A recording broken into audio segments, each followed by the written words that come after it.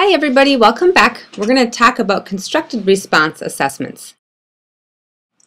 Constructed response assessments are those types of assessments that require students to actually come up with the answer on their own.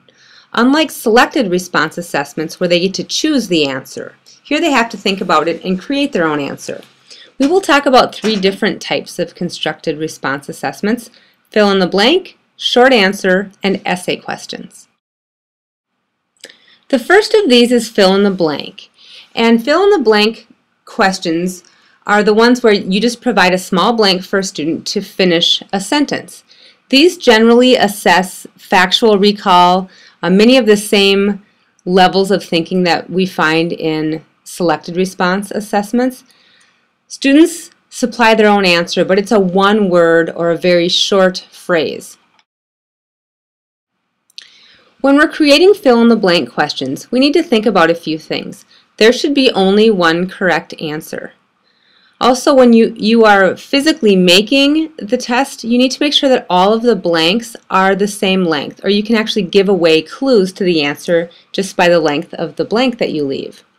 You need to be careful that you don't give grammatical clues before the blank so students know perhaps that the right answer starts with a vowel.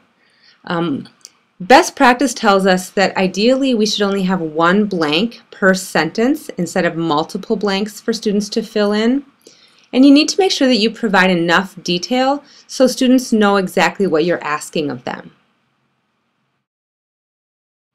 Here are some examples of some fill-in-the-blank questions. In the percussion section of the orchestra are located blank, blank, and blank. Now obviously the person who wrote this test is looking for three different instruments or parts of the orchestra, but it could be answered by saying Jimmy, Larry, and Betsy, because those are three people who are located in the percussion section. So there isn't really enough information to get at the right answer. The next question is better. In what section of the orchestra is the kettle drum located? That would lead us right to the answer, which would be the percussion section. The third example is one that we've probably seen. The capital city of Minnesota is little blank, big blank. It's a dead giveaway that it's St. Paul. And the last one, the President of the United States is, of course, we're probably looking for Barack Obama, but we might get things like nice, terrible, a man. We could get all sorts of things. So again, be as specific as possible so you do get the answer that you're looking for. The next type of test questions we'll talk about are short answer. And these are the types of questions where you ask students a specific question or give them a command telling them to do something. You need to be careful when you're writing these types of questions, again, that you don't inadvertently give away the answer when you're asking the question or giving the command, or that you don't use direct quotations from the textbook. It's just not best practice to do that, and sometimes the language sort of gives away the answer because it comes directly from the textbook. You need to make sure that what you're asking students to do is clear. They know exactly what you are looking for in that particular question. Here are some examples of short answer questions. Who is the current President of the United States? By saying who, you're asking for a person. Name the current President of the United States. There's an example. One of them is a question, one of them is a command. The next one, what are two pros and two cons to having mobile devices in the classroom?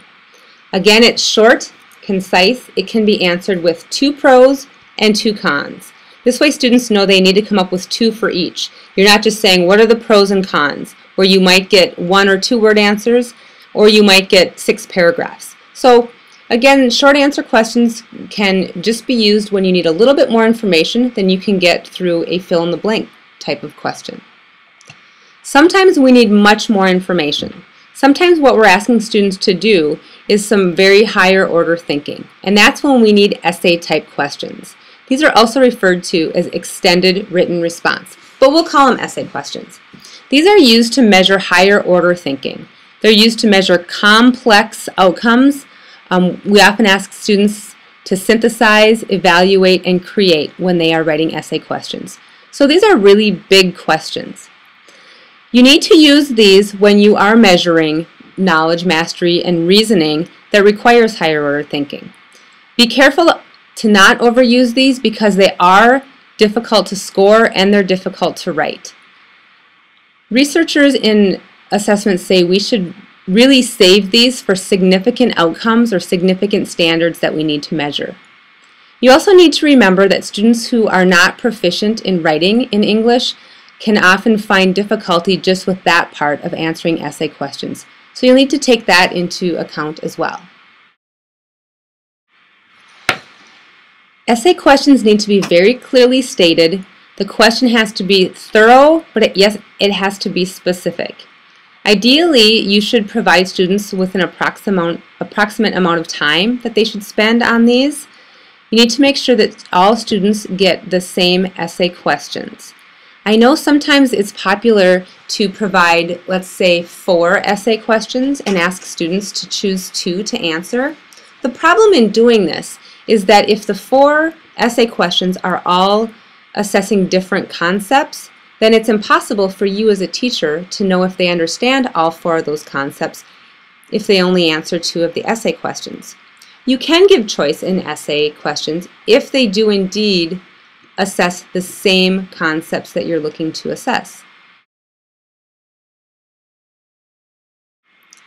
So step 1 when you're writing a well-constructed essay question is to set a clear and specific context. This kind of sets the stage for the student so they can know what it is that you're asking them to do. Step 2 is to tell the students the kind of reasoning or the kind of thinking you want them to use. In this particular setting, we're asking students to analyze, to describe, and to use some specific terms. This way students know how they should answer this question. Step 3 points the way to the right response without giving away the answer. This will help students figure out how much they need to do, what kind of things they need to do in order to get the score that they're hoping to get. For instance, you should provide scoring detail whenever possible so that students know how much or how little you're looking for. Perhaps you've had this happen where you answer an essay question and you provide 4 examples. And when you get it back, you don't get them all right because the teacher wanted 6 examples or 7 examples, which you certainly could have provided if you had known that. So this is where you want students to know what is it that they need to do to answer this question completely.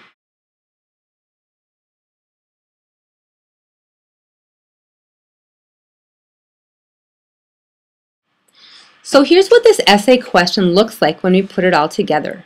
You can see it starts out by reminding students what it is that we've been talking about, setting the stage for them to be thinking. It specifically tells them we want them to analyze 2 dimensions, we want them citing instances, we want them describing and using specific terms. They know what kind of thinking we're asking to see. It also then provides scoring. As a student now, I know that I will get 5 points per instance for a total of 15 points. This provides much more guidance for students so they know how to best respond to this question. Extended constructed response, the big essay questions, can do a lot of things really well. Every content area can use these and use them well to find out what students understand about bigger ideas and bigger concepts. Please be careful when you're using them that you do provide enough information so students can be successful. A few last things to think about before you start writing your own constructed response test questions.